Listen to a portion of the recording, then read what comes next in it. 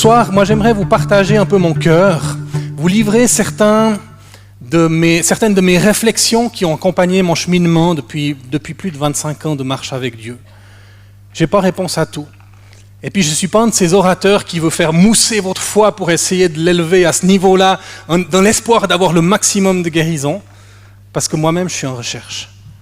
Donc je m'adresse à vous comme quelqu'un qui serait assis à vos côtés, comme quelqu'un qui est dans la salle aussi, mais comme quelqu'un qui sait une chose, c'est que Dieu répond toujours à la prière, que Dieu ne répond pas toujours de la façon dont on s'y attend, mais Dieu répond toujours, Dieu est de notre côté, et que même si l'ennemi et les circonstances essayent parfois de nous faire croire que Dieu n'est pas vraiment bon, que Dieu n'est pas vraiment puissant, que Dieu n'est pas vraiment ci ou ça à cause de nos circonstances, je crois à ce que la parole nous dit sur Dieu, et la parole nous dit que Dieu est bon, et comme on l'a chanté ce soir, Dieu est pour nous, Dieu est de notre côté.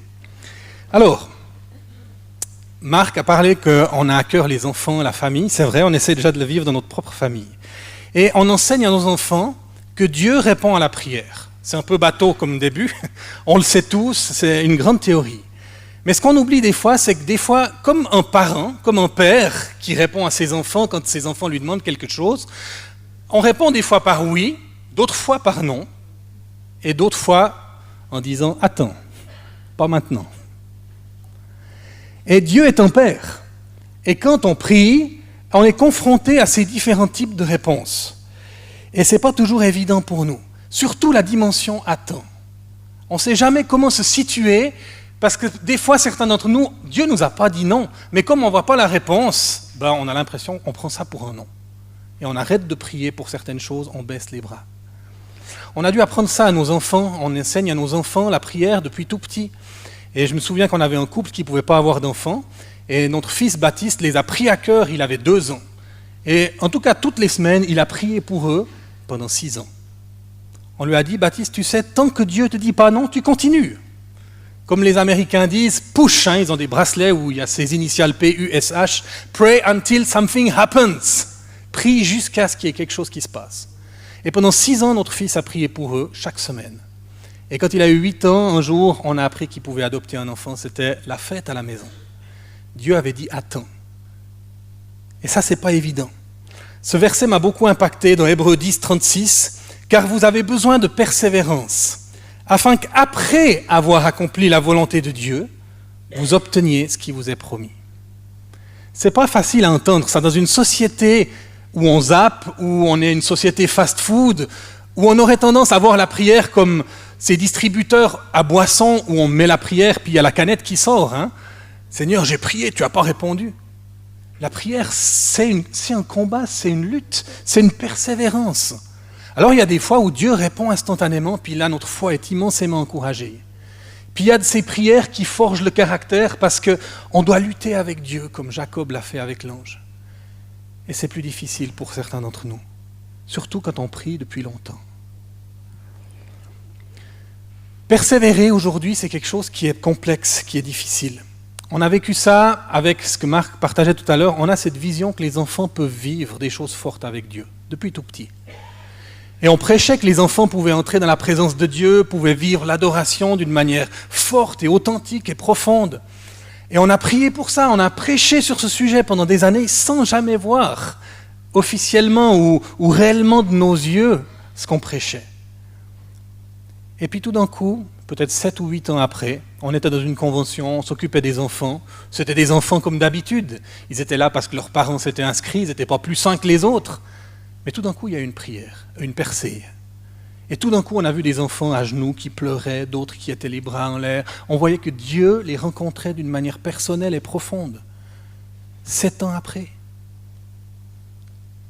Il faut persévérer parfois pour voir la réponse. Ce soir, j'aimerais vous partager de 3 points. Ça, c'est le premier. La persévérance, la prière de foi qui persévère et dans laquelle on a besoin d'être renouvelé et encouragé jusqu'à ce que. Si Dieu vous a dit oui et que vous avez eu la réponse, c'est une grâce. Si Dieu vous a dit non, c'est plus difficile, mais on apprend à adorer. Peut-être cet homme dont tu nous présentais le témoignage tout à l'heure, peut-être qu'il a prié pour que ses bras et ses jambes repoussent. Peut-être que Dieu a dit non. Tu dois apprendre à vivre comme ça et ça va être un témoignage glorieux. Et apprendre à adorer apprendre à être focalisé vers Dieu quand il nous a dit non à quelque chose qu'on aspire vraiment, c'est pas évident. Puis peut-être que vous êtes dans cette attente. Je me souviens de cet orateur qui nous partageait cette histoire quand il était jeune. Son père l'avait pris à ses côtés pour démonter une vieille maison. Et son père lui avait mis dans les mains une masse et il lui avait dit « Tu vas taper sur le perron jusqu'à ce qu'il soit cassé, on va débarrasser tout ce béton qui est là à l'entrée. » Puis le jeune homme, sûr de sa force, il a agrippé la masse et puis de toutes ses forces, il a tapé. À peine une ébréchure. Alors il était un peu vexé, il a tapé une deuxième fois. Et là aussi, à peine une ébréchure. Et il a vu que ça serait peut-être un peu plus long que ce qu'il imaginait. Et il a tapé une troisième, une quatrième, une dixième, une vingtième. Finalement, au 43e coup, il a tapé un coup pas différent des autres. Mais ce coup-là, tout d'un coup, tout le perron s'est fissuré. Et puis le coup suivant, il a pu déblayer les déblais, les gravats sur le côté. On a l'impression que pendant 40 coups, il ne s'est rien passé. Mais ça, c'est ce qui est visible. Dans l'invisible, la structure du béton, elle avait été attaquée, elle avait été affaiblie, elle avait été fragilisée. Et chaque coup contribuait à l'affaiblir encore plus.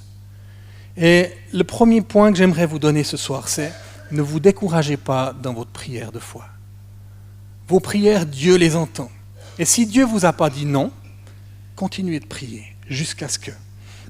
Continuez de taper sur vos perrons spirituels, sur vos défis, que ce soit dans votre santé, dans vos familles, dans vos situations personnelles. Continuez de prier. Dieu est certainement à l'œuvre aussi pour vous apprendre certaines choses dans votre caractère et votre propre formation de disciple. Mais Dieu est de votre côté. Ça, c'est le premier point. Le deuxième point, il concerne un petit peu une réflexion que j'ai eue quand on m'a téléphoné pour venir parler à cette soirée. Ma première réaction, c'est de me dire « Oh, mais attends, moi je ne suis pas un de ces super orateurs américains qui a plein d'expériences, qui vit des miracles toutes les semaines, puis qui peut raconter des témoignages à l'appel. » Et j'ai dit « Seigneur, là, si tu veux que je vienne, il faut que tu me donnes une parole. » Et je me suis mis en prière. Et j'ai reçu un texte. Et j'ai ouvert ma Bible. C'était dans Romains 8, 18 à 23. Et j'aimerais le partager avec vous. « J'estime que les souffrances du temps présent ne saurait être comparé à la gloire à venir qui sera révélée pour nous. Aussi la création attend-elle avec un ardent désir la révélation des fils de Dieu, car la création a été soumise à la vanité, non de son gré, mais à cause de celui qui l'y a soumise, avec l'espérance qu'elle aussi sera affranchie de la servitude de la corruption, pour avoir part à la liberté de la gloire des enfants de Dieu. Or nous savons que jusqu'à ce jour, la création tout entière soupire et souffre les douleurs de l'enfantement. Et ce n'est pas elle seulement, mais nous aussi, qui avons les prémices de l'esprit, nous aussi nous soupirons en nous-mêmes, en attendant l'adoption, la rédemption de notre corps. Et ça m'a parlé. Ça m'a parlé de ce soupir qui est en chacun de nous, qui attend la rédemption de notre corps, c'est-à-dire le plein bénéfice de ce que Jésus nous a acquis à la croix. On veut tous ça. Et puis on prie pour ça. Jésus nous a appris à prier que ton règne vienne, que ta volonté soit faite sur la terre comme elle l'est dans les cieux. C'est la prière du royaume. On veut que ce qui se passe dans le ciel, ça se passe aussi sur la terre. Et dans le ciel, il n'y a pas de maladie. Tout le monde est guéri. Et on veut amener ça sur la terre. Le problème, c'est que des fois on oublie que la réalité du royaume, elle sera pleinement manifestée seulement quand Jésus va revenir. Je vous donne juste 2 versets pour illustrer ça. Apocalypse 21, verset 4. « Il essuiera toute larme de leurs yeux, et la mort ne sera plus. Il n'y aura plus ni deuil, ni cri, ni douleur, car les premières choses auront disparu. » Quand Jésus va être là, les choses vont être pleinement réalisées. Et les aspirations de nos cœurs et de nos corps vont être pleinement manifestés devant nous. Un autre verset dans Apocalypse 22, au verset 2. « Au milieu de la place de la ville, sur les 2 bords du fleuve, il y avait un arbre de vie produisant 12 fois des fruits, rendant son fruit chaque mois et dont les feuilles servaient à la guérison des nations. » Un jour, les nations vont être guéries. C'est pour ça qu'on doit aspirer. Jésus vient, Maranatha, viens bientôt. On oublie ce cri des fois. Parce que c'est là uniquement que la pleine réalisation de nos aspirations, elle va voir le jour. Donc on est un petit peu maintenant dans une tension, la tension du royaume. Le royaume qui est déjà là, parce que Jésus est venu, et le royaume de Dieu s'est approché de nous, mais le royaume qui n'est pas encore manifesté. On est entre le déjà et le pas encore. Donc, on voit des guérisons, mais en même temps, tout le monde n'est pas guéri. On voit des gens qui sont pleinement restaurés, puis il y en a des autres qui ont l'impression de traîner leur souffrance, et puis que les choses n'avancent pas. Et on est dans cette tension de l'inachevé. Et on doit apprendre à vivre avec pendant tout le temps où on est sur cette terre. Et ça, c'est quelque chose qui n'est pas évident. Le déjà, ça peut être un des extrêmes. Et parfois, on est un peu comme un balancier qui tend à aller d'un extrême à l'autre. Alors, on va dans le déjà. Oui, le royaume est là. Et puis, notre foi augmente. Et puis, on prie pour les malades. Et on voit des guérisons. Mais tout le monde n'est pas guéri. Et le danger, quand on est à fond dans le déjà, ou seulement dans le déjà, c'est qu'on pourrait entrer dans une mentalité triomphaliste. Et puis si finalement quelqu'un n'est pas guéri, il n'a pas eu la foi, ou c'est son problème, il y a vraiment un péché qui n'est pas confessé, parce que le royaume, il est là. On devrait tous être guéris. L'autre extrême, c'est le pas encore. Et parfois, certaines personnes tombent dedans à cause de déception. On a prêché beaucoup de choses, on leur a promis beaucoup de choses, et puis la guérison n'est pas venue. Et puis elles ont l'impression que Dieu les a abandonnés ou les a oubliés, ou alors peut-être que ces gens qui prêchent la guérison, ils ont menti. Et c'est des gens qui deviennent amers et qui peuvent entrer dans une mentalité défaitiste, voire fataliste, des gens réalistes, où la réalité, c'est ce qui est la vérité. Et c'est dur de vivre dans cette tension entre le déjà et le pas encore. On vit des prémices du royaume de Dieu aujourd'hui. Jésus est venu, il a semé, ça commence et on veut en voir plus. Il nous a enseigné à prier que le ciel vienne sur la terre, que son règne vienne. Donc on veut en voir plus. Et ces prémices, elles se développent en particulier dans ce qu'on appelle des réveils spirituels. Et je veux m'arrêter là-dessus. Un réveil, c'est quand une population commence à développer un intérêt, une soif, une passion pour Dieu, et pour les choses de Dieu, plus que toute autre chose. Ça devient prioritaire, ça devient même exclusif. Le cœur des gens est attiré par Dieu et par les choses de Dieu. Ça occupe nos pensées, ça occupe notre temps, ça occupe nos discussions, ça nous habite dans tout ce qu'on fait, dans toutes les sphères de notre vie, pas juste à l'église ou dans des réunions. C'est quelque chose qui nous absorbe complètement. C'est comme un aimant qui aspire la limaille de fer, qui l'attire à elle. Quand le peuple de Dieu développe cette mentalité-là, cette passion pour les choses de Dieu, cette passion pour Jésus, alors la présence de Jésus, elle est attirée aussi. Et quand la présence de Jésus est là, le royaume, il se manifeste. C'est quand la présence de Jésus est là que le royaume se manifeste. Donc il faut qu'on fasse attention à ne pas être assoiffé avant tout de la guérison ou des miracles, mais d'être assoiffé de la présence de Jésus. Parce que c'est cette présence de Jésus qui fait plein de choses qui vont nous dépasser et puis qui va rencontrer dans nos besoins bien au-delà de tout ce qu'on peut imaginer. Dans 1 Corinthiens, au chapitre 1, les versets 22 à 24, il y a ce passage qui dit « Les Juifs demandent des miracles et les Grecs cherchent la sagesse. Nous prêchons Christ crucifié. Scandale pour les Juifs et folie pour les païens. Mais puissance de Dieu et sagesse de Dieu pour ceux qui sont appelés, tant Juifs que Grecs. » Alors, on est des fois entre les Juifs et les Grecs. Les Juifs qui veulent la puissance, puis les Grecs qui rationalisent et puis qui ont tendance à utiliser uniquement des concepts. Ces deux extrêmes dont je parlais tout à l'heure. Le Seigneur veut que nous le cherchions. Nous prêchons Christ crucifié. Et quand on cherche lui, alors les signes, les miracles, ça suit. Comme une conséquence de sa présence. Parce qu'on aspire sa présence par la faim et la soif de lui qui est dans nos cœurs. Et ce soir, s'il y a une chose que j'aimerais semer en vous, et ça c'est mon deuxième point, c'est la faim et la soif de Jésus avant tout. C'est lui seul qui va pouvoir vous combler. Vous savez, j'ai vécu des guérisons, j'ai vécu des miracles, puis j'ai vécu des échecs. Par exemple, à un moment donné, j'ai eu un cancer. Et puis, j'ai vécu une guérison. On a fait l'onction d'huile, j'ai aussi subi une opération.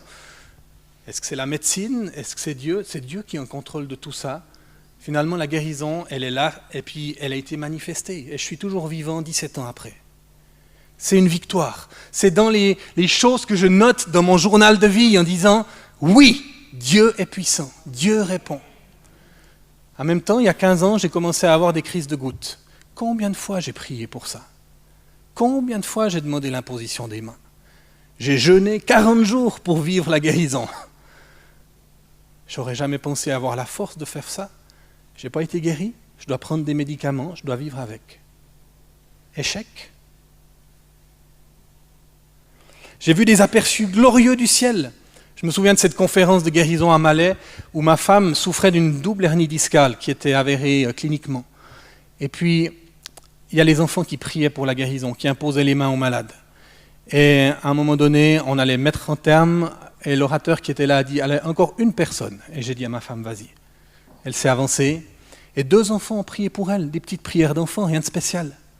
Et ma femme a senti une chaleur qui traversait son corps et sa double hernie discale a disparu. Et depuis, le mal de dos, c'est fini. On a vu des aperçus du ciel, mais j'ai aussi une boîte remplie de questions. Comment est-ce que vous gérez cette tension pour vos propres vies? Comment est-ce que vous gérez l'attente, le non, le oui?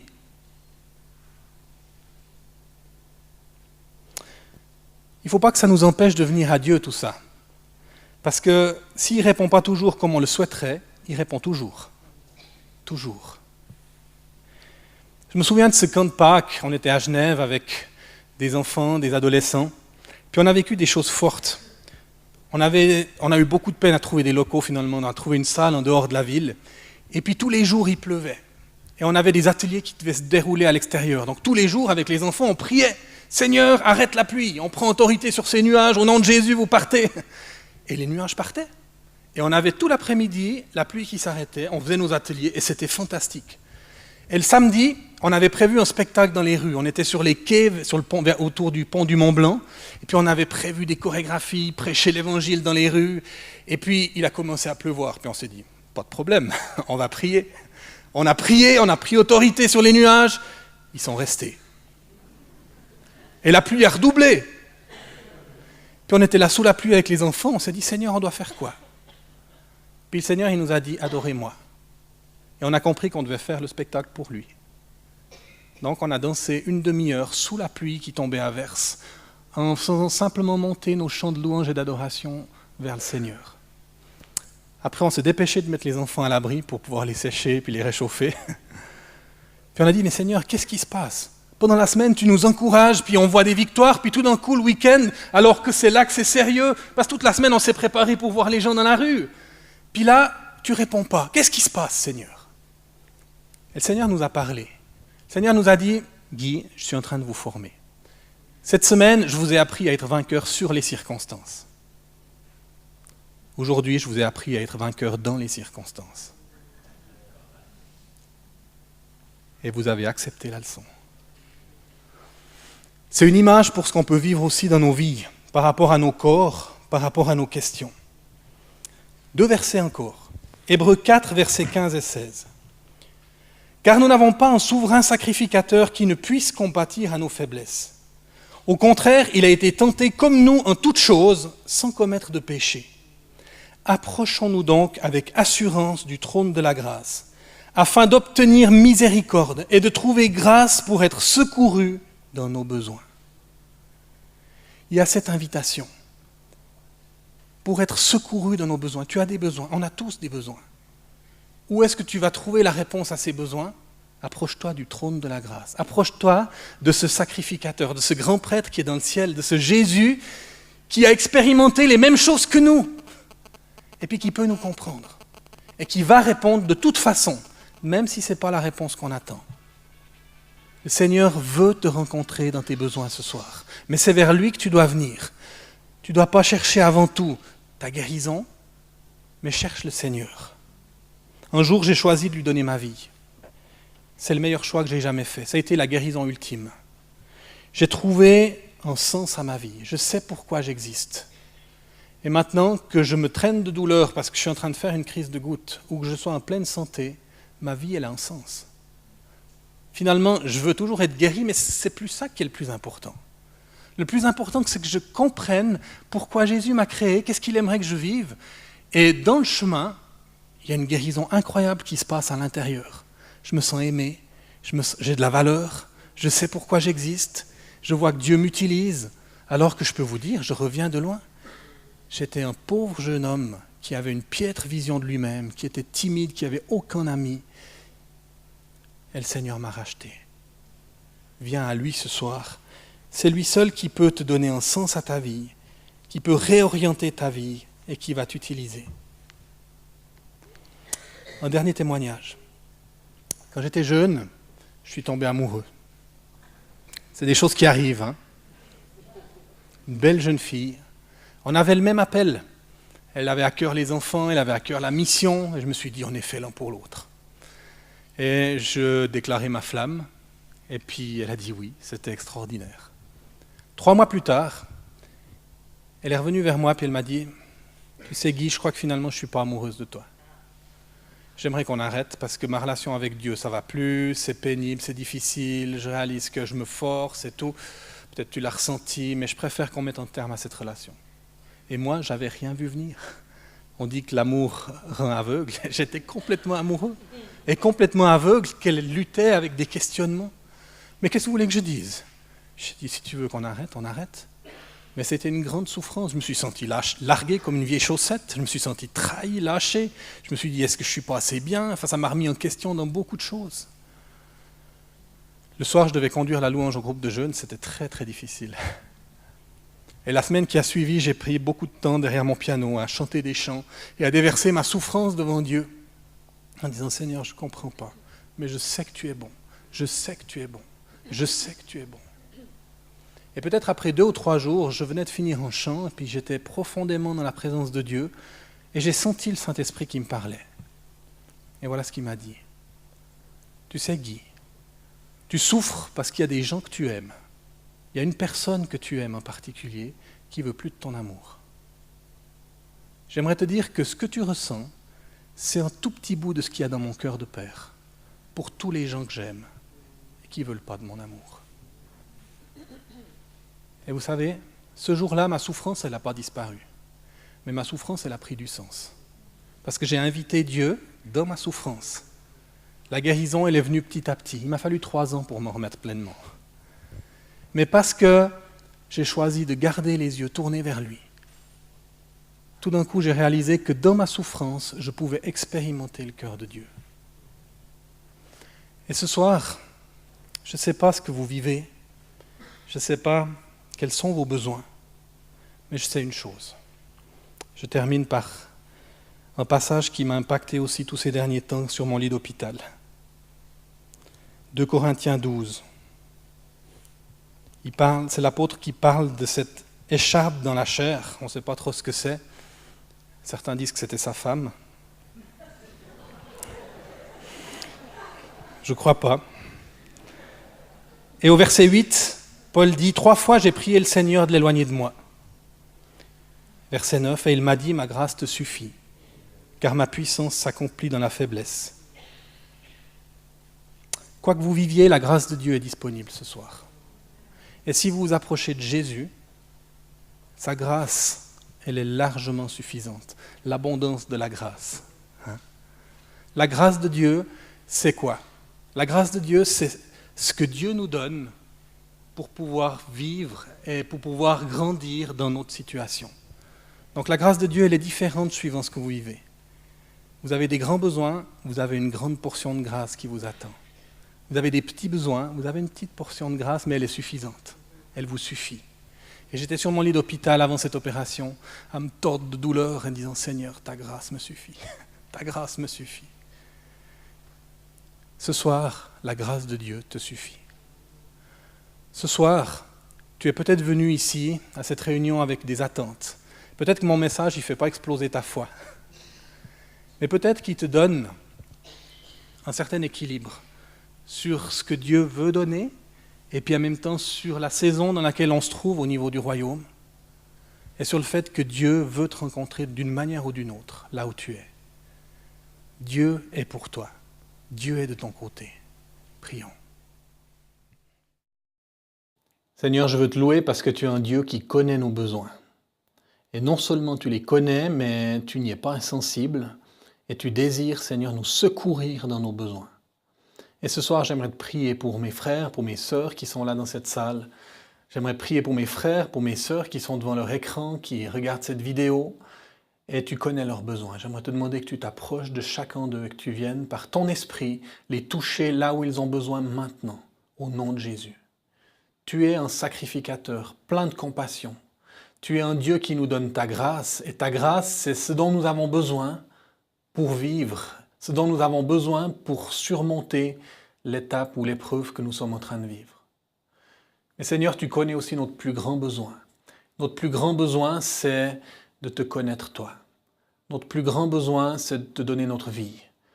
Notre plus grand besoin, c'est de te mettre au centre et que notre vie entière soit guérie en étant réalignée, en retrouvant du sens, en réalisant combien tu nous aimes.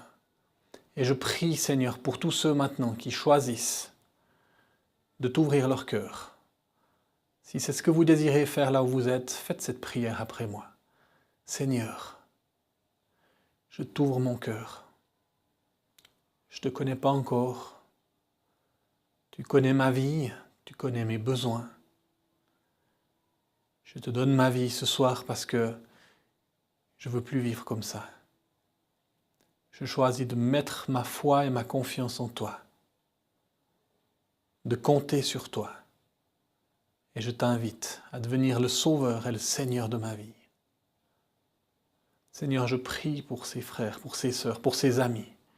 Et je te demande qu'ils puissent expérimenter la vie nouvelle que tu as promis. Tu nous as dit, Seigneur, celui qui vient à moi, des fleuves d'eau vive couleront de son sein. Et je prie maintenant que par ton esprit, tu enclenches, tu déclenches ces fleuves d'eau vive, que ta vie les touche maintenant au nom de Jésus. Amen.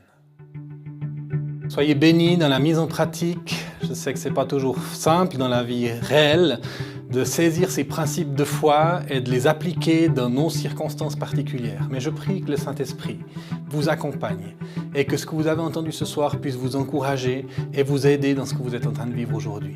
Soyez bénis et à la prochaine fois.